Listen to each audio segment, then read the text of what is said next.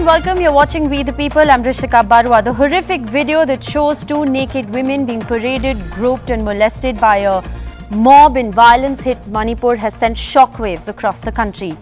The video once again highlights the plight of women caught in the crossfire of a deadly conflict, prompting us to ask, why is it that for centuries now, women continue to pay the highest price for conflict? 2.5 months after the incident in Manipur, 6 people have now been arrested, but action was only taken after the video made national and international headlines. Violence against women is known, documented, and can even be anticipated now in conflict zones in India and around the world. Rape and sexual violence has been used as a weapon, and history is testament. Whether it was the world wars, the sexual enslavement of women in territories conquered by the Japanese army, mass rape committed against German women by advancing Russian soldiers, the Sri Lankan civil war where NGO Human Rights Watch says sexual violence by military and police still continues, the Rohingya crisis closer to home, what happened in Afghanistan, or the most recent ongoing Russia-Ukraine war. Women have been used as cannon fodder. Women have been used as leverage to threaten civilian populations for decades. Why look far from home? Look at what's happened in our own neighborhood, in our own country during partition, the anti-Sikh riots, the Bhagalpur clashes, Kashmir, the 2002 Gujarat riots, the Muzaffarnagar riots. What's happened in Manipur is no different. According to a report in the print, the sexual violence shown in a video that took place after fake news about a Meitei woman's rape and murder was circulated just after this violence began. It was a fake news that actually triggered what led to this revenge violence that has ensued in Manipur. It was a fake photo that triggered a 1,000-strong mob to kidnap these women, strip them and parade them. One of them was gang raped. It is now learnt that on the same day, 2 more tribal women were allegedly raped and killed, and on the 15th of May, an 18-year-old girl was gang raped. NDTV spoke with the mother of one of the victims of sexual assault in Manipur. Kalungan na tisu apa la ikhet lupik tau anaw la khen tau te simmo taga e bol bile thingtang mi te aki jega en e simmo ma tabang hi e bol kalung to akimpo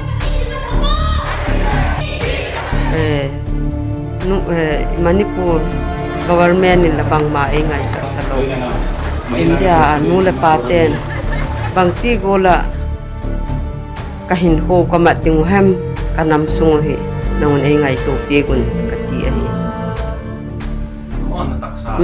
patin jala chu talo chu kanei po ilele taksahi na jala chun sun le jana kagel lok takbe haksa kasa tuhin le keile doctor ki en kol jinglai kahi tuhin le taksa ading chu.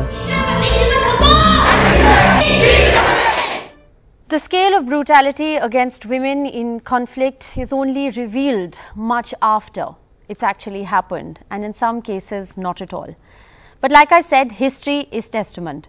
On We the People tonight, we ask, if we are no strangers to what's happened in Manipur, why have we not been able to anticipate it or act against it? What is it going to take for us to protect women in conflict zones, or rather better protect women in conflict zones? Why and for how long will history be allowed to repeat itself? And when sexual violence is used as a weapon in conflict, just like we've seen, will justice truly ever be served? Joining me tonight, Irom Sharmila, Indian civil rights activist, also known as the Iron Lady of Manipur. We have Chitra Ananthan, independent journalist from Manipur. Yashovardhan Azad, former IPS officer, joining us in the studios. Flavia Agnes, senior lawyer with us. She's a women's rights lawyer. And Major General Gigi Dwivedi, he was GOC in the Northeast, has commanded Manipur. He's also a defense expert. Thank you all very much for being with us on the show. There are several complex questions. We also have a very young audience of media, journalism, law, international relations students who are joining us. They have a lot of questions too about what's happened. There are a set of several complex questions, no straight answers, but a conversation that we still absolutely must have. Irom Sharmila, I want to begin by asking you, as someone who understands the pulse of Manipur, as someone who's led a fast unto death for over 16 years over several issues, I want to understand from you, the history of women being used as cannon fodder in conflict is not something we're alien to. Why, according to you, are we then still not able to anticipate it, to act on it, and to do things differently? This happening is really very sad as a society of which male got respect, woman is a sign of downfalling. I think I just feel very sad. The world is human evolution is going on, continuing because of women's reproduction. So when some conflict, crisis happen in the society, when women are targeted like somewhat tools or just toys, without any respect, full of lust, full of hatred. It's really so sad. In such situation, I just feel in a democratic country, what's the point of having a government when the representing political leader just being audience to such well, absolutely. And Iram, we're talking about violence against women. What's been really shocking about a lot of cases that we've heard from Manipur, and Chitra, if you want to come in here, is the fact that women have been involved directly or indirectly in attacks against other women. No, this question, Iram, I'm going to come back to you. This question is for Chitra. Okay, sorry. Yes. So this thing about pitting women against another women, the problem here is that we are talking about a mob, and it takes little to incite a mob, and they say that it is as easy to incite a mob as it is difficult to convince one person. Having said that, one cannot actively or inactively give any support to any women who would egg on the men of their community to rape and insult and dehumanize the women of another community. So yes, in a sense, whoever is involved in inciting a mob of men to rape a woman would have to be brought to justice. They are as complicit as the actual perpetrators of the act. Yes. So that would be point one. Point number two is indirect. Would be when you introduced today's topic. You yourself have pointed out, and it is a fact that over the years, over centuries, over geographical locations, over the great wars and the small battles and everything else, it is women and children who bear the brunt of sectarian violence. Yes. And it also has to do, if you look at it on a larger scale, it also has to do with patriarchy, where everything, the sense of honor, is rested in the fact that women are the faces of honor. And so if you have to dishonor a community, you attack the women. Right. You attack the honor of the community and of the women of the community, and hence you are attacking the entire community. That is where the root problem rises. Another factor would of course be the fact that the justice process is always delayed. The police investigation is going to take time. It takes time, and then once it goes to the legal, to the law courts itself, it gets more difficult. We have earlier in the year we have seen where the Bilkis Banu case is gone, and so whenever somebody refers to these cases, they know that look, we can get away, and that is where this whole impunity comes in, I believe. So that would be in a sense an inadequate answer, but I think you raise a very important point when you talk about the sense of impunity as being perhaps one of the reasons why this culture of sexual violence, where women are easy prey, especially in conflict zone, perpetuates. Yashvardhan Azad, would you agree? The fact that there is no example to go by. I mean, where have we seen prosecution on a large scale for the kind of violence that the kind of sexual violence that we've seen? I think you're right. If you see, this is a kind of a weapon. Mass rape is being used as a kind of a weapon against women. And whether you see the ethnic clashes in Kenya, Ethiopia, or even the Bosnian wars, the criminals rarely go, get punished. Sure. And in fact, there was an international tribunal for the Bosnian wars. Now, in this case, I think Manipur, things are slightly different.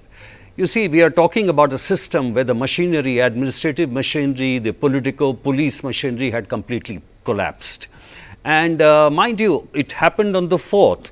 And on the 4th, these people were snatched away from police. Yes. So if they were snatched away from the police, the job of the police was to report to the police station because they belong to Thaubal district. Yes. If they would have recorded an FIR, and these are special report cases which go straight up to the superintendent of police, immediately there should have been an action taken.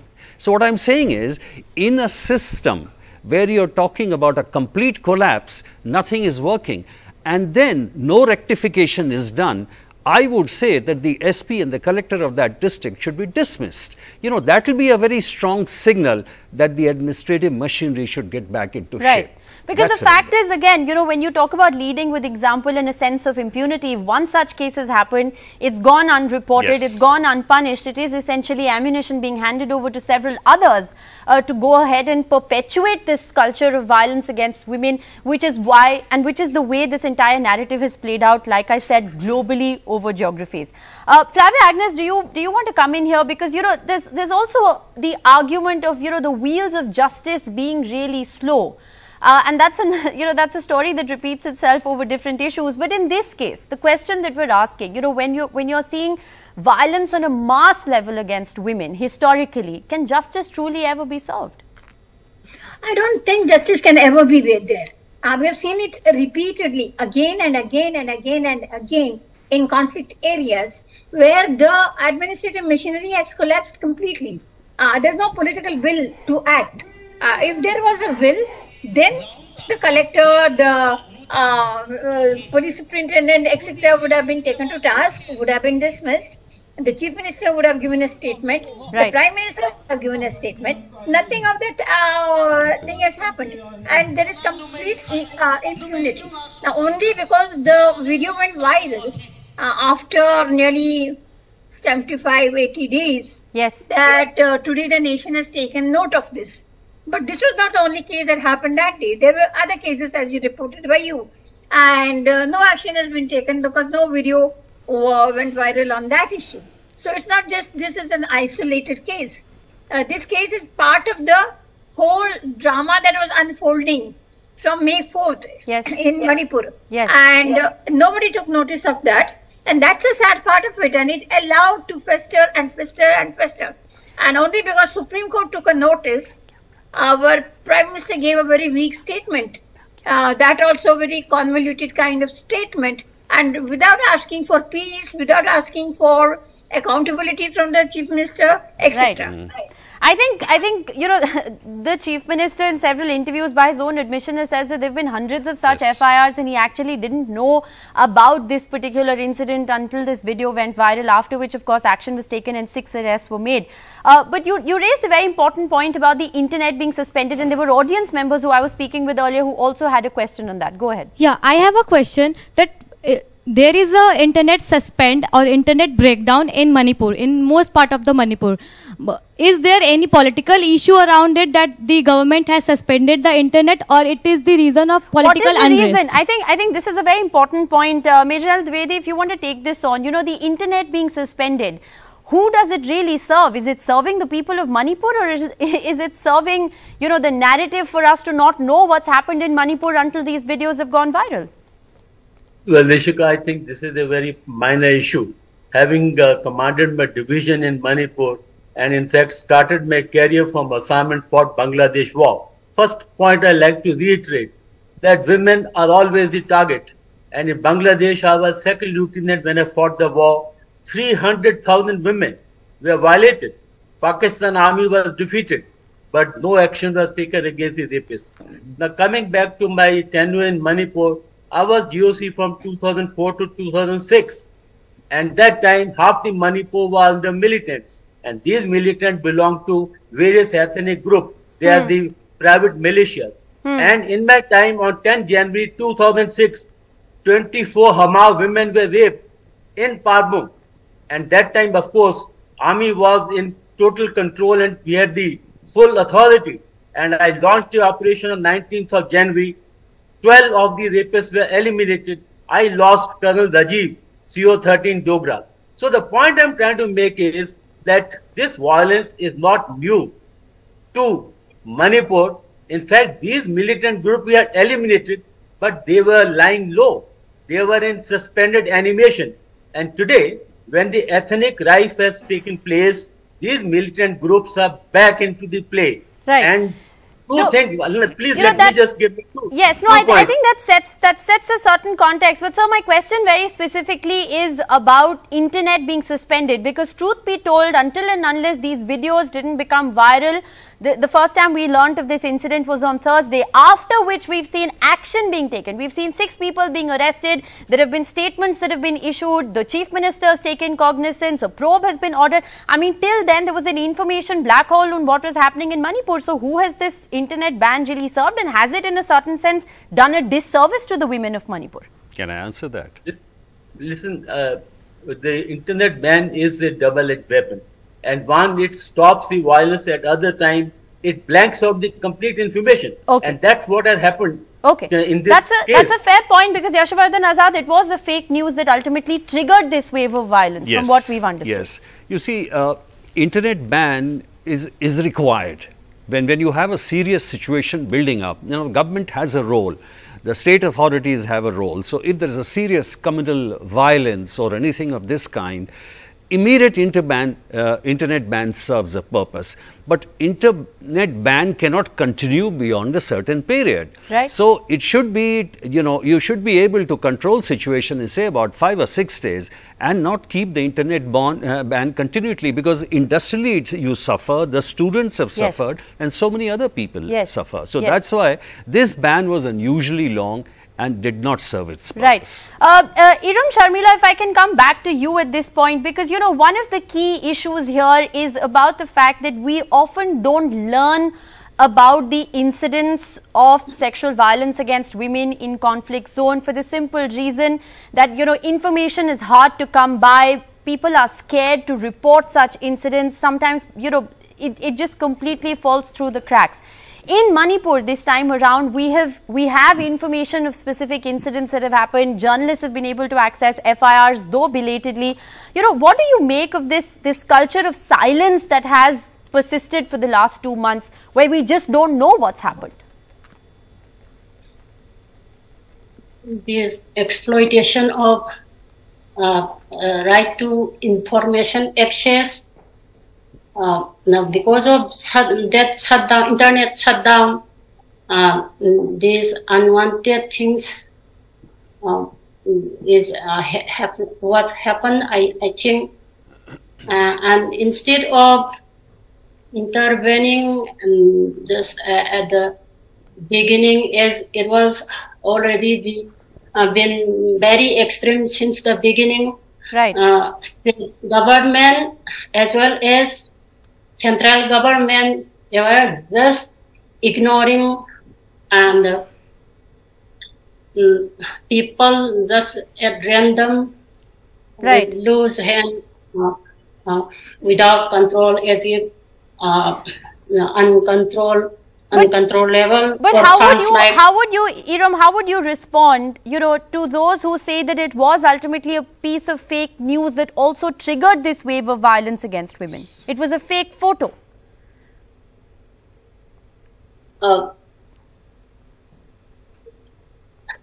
Please repeat. I said it was a fake photo, Iram, that triggered this wave of violence, right? Yes. So do you think, therefore, like Mr. Azad has said, that an internet ban perhaps for a shorter period of time is mandated? It's needed.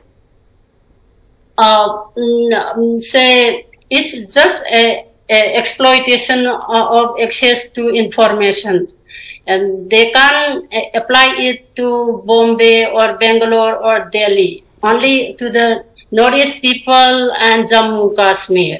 The problem is this looking down is not oversharing. Okay. Say Prime Minister Narendra Modi. You're saying that the context. You're saying that the context, as far as Manipur is concerned, is very different. There are a whole bunch of people in the audiences who have questions. Shikha, why don't you start? Go ahead. Good evening. I have one question. The Chief Justice of India recently stated that if no action is taken by the government, something will be done from the judiciary. My question is, what action can the judiciary independently take otherwise if the administrative government doesn't take any action? Flavia, do you want to come in on what the Supreme Court has said on Manipur and what judicial action, if any, can be taken? The problem is, all this time, no administrative action was taken. The Prime Minister has kept mum.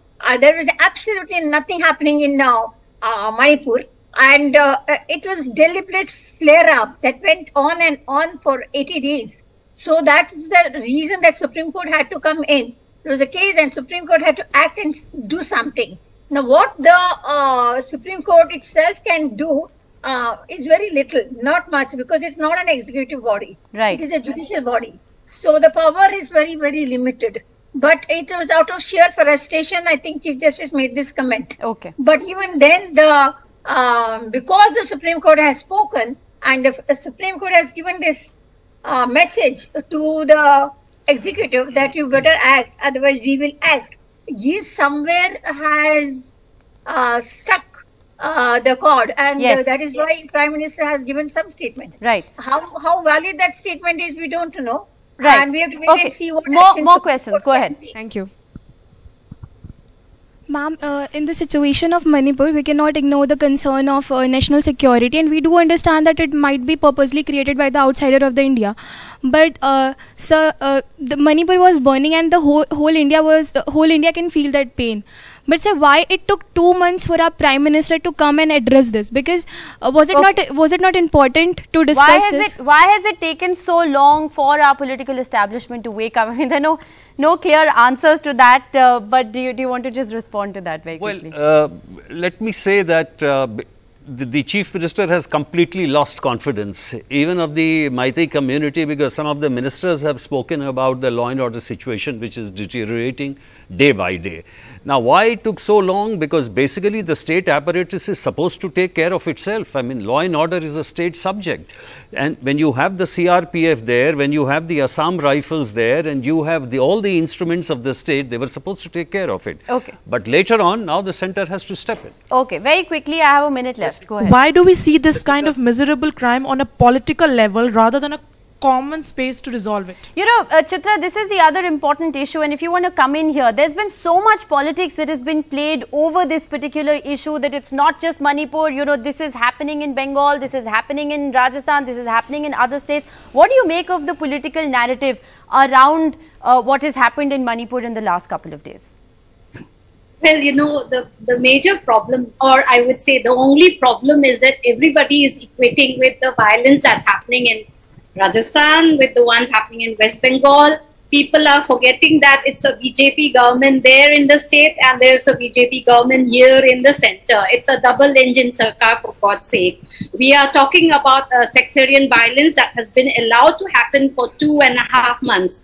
I made this point the other day, and I'm making this point here again. Where in the history of independent India has sectarian violence been allowed to happen more than a week or more than even 10 days? It doesn't cross the 10-day mark. It gets resolved.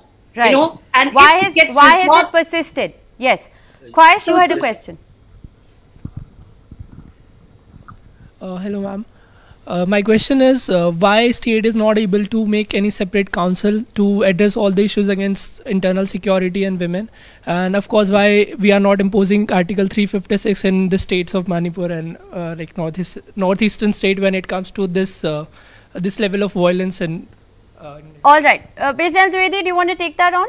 Yes, absolutely, Yashika. I think first and foremost, the intensity of situation was not actually understood, and the effort was to put the issues under the carpet. But the point on security by the young lady is very pertinent. Manipur is a very sensitive state, and security both internal and external. We have China right breathing on our neck, and there is a gun trail which runs from China through Myanmar into the northeast. I think right now situation is out of control, and it is not in the capability of the state government. It's the time the center takes over. The army is deployed, not in internal security role, which it is not effective. It has to come in the counterinsurgency role, because the villages are highly fortified. The people are armed to the teeth, and this is not within the capability either of the state government or of the state police. If it is not handled, Manipur will burn and our security will be compromised. All right, well, I'm afraid I'm completely out of time and I'm going to have to leave it at that. But thank you all very much for joining us in this edition of We the People. Good night.